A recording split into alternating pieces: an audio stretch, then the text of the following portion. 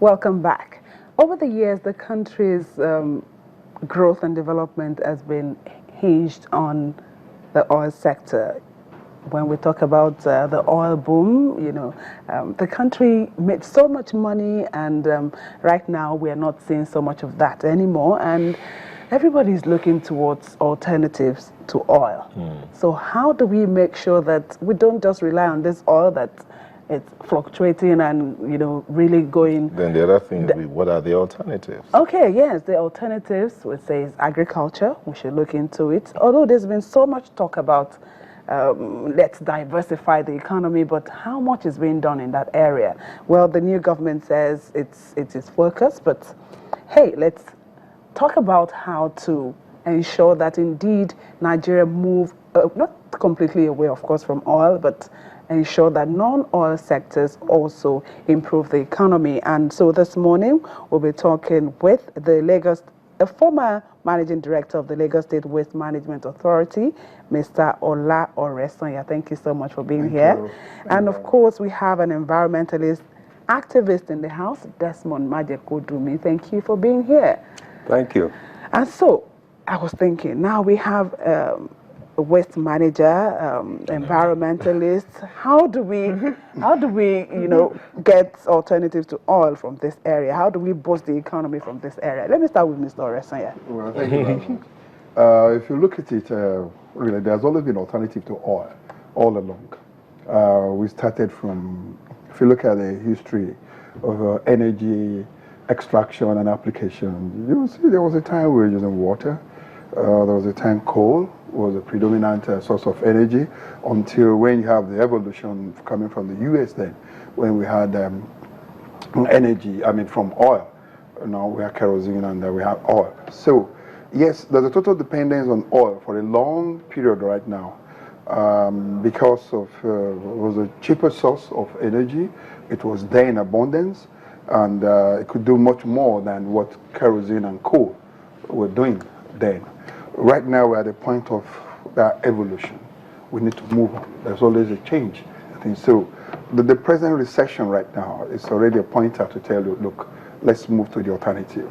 The alternatives, you have biofuel, right? We have, which is very renewable, where you plant leguminous foods and maize and the rest of it, and you can actually condense them into propane and some other things that can crack your engine. So we have various alternatives out there. We have the hydrogen cracking water itself and having hydrogen to propel energy. We have the wind energy. We have several energies. And coming back to waste management itself, you can crack waste itself and get a lot of what you get from the same oil, because what you have in oil is crude oil, and it's always organic. Yeah. So it's the same thing. It's the same principles. You crack refuse, you get oil or you get propane, like an Empire system. So we don't necessarily have to go under the earth to get some of the materials we need. We can use the ones that are over it. Yes. And get some of those byproducts that we're looking for. Exactly. The only problem has been that the technology we're using before were expensive, and it was cheaper to just pump out the the crude oil, and just crack. All right. But now we're at the point where ideas will rule the world. There are new ideas that will bring up cheaper technology to match the oil issue. What's magical to me? You're nodding. Wow. This revolution should have started a long time ago. And it's a terrible indictment on the level of responsibility that prevailed amongst the leadership of this great and wonderful nation. We just heard a song, a little snippet of a song that was extolling the virtues of this great nation, Nigeria. And why is she great? For many reasons. One of the main reasons is because of the amount of resources that she has been endowed with. The oil just being one of them. And for decades and decades, for the practical reasons that my wonderful brother Oresanya has said, a lot of economic benefits, good, cheap, efficient fuel. This comes from oil. For decades, We ignored all the other resources, just extracted the oil and benefited some people from the massive amounts of money that the oil gave us, without even sinking it into trying to harness other resources when other countries that were extracting oil were at least using it a little bit responsibly for their people. It's a terrible indictment on leaders past. I won't mention names, but they know who they are. And they owe the Nigerian people a very, very strong apology for having neglected these other resources for so long.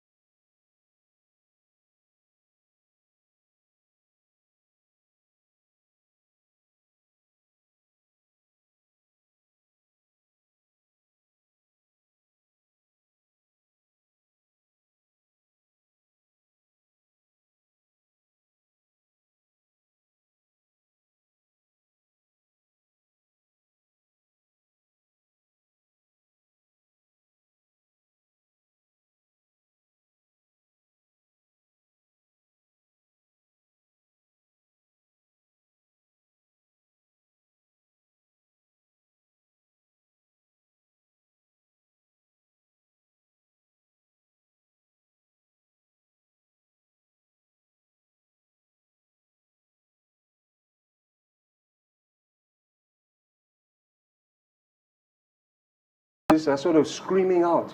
Some of them are screaming quietly that please, we can't continue doing this anymore. You need to find alternatives to burning this oil.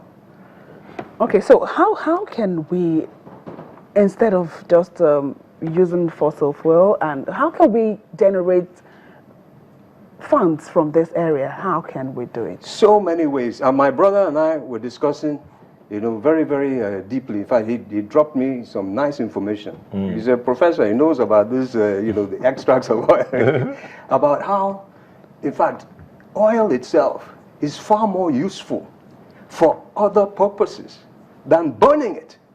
To burn oil is the most wasteful thing that you can think of. Look at this particular studio, this room here. Do you know how many things in this room are oil-based? All the different plastics, a lot of the veneers, a lot of the paints, the ceiling, all these things are oil-based. So it doesn't mean that just because we're not going to be taking oil and breaking it down into the combustible components, it doesn't mean we're going to abandon oil. No, we will still use oil. In fact, it means that we will be able to use oil a lot longer if we don't indulge in this foolishness or wickedness of burning this valuable resource that poisons the atmosphere. So it is something that we have to come to terms with very, very quickly. And there's alternatives if we want to get energy. As he said, there's so many alternatives, especially in a country like Nigeria. Nigeria, which is blessed with what alternatives, for instance, I want to be an entrepreneur. What alternatives can I explore? Every time you go out and you look up and the sun hits your face, that is one of the most viable energy alternatives that we have in Nigeria. Remember, we're on the tropical belt. Eh?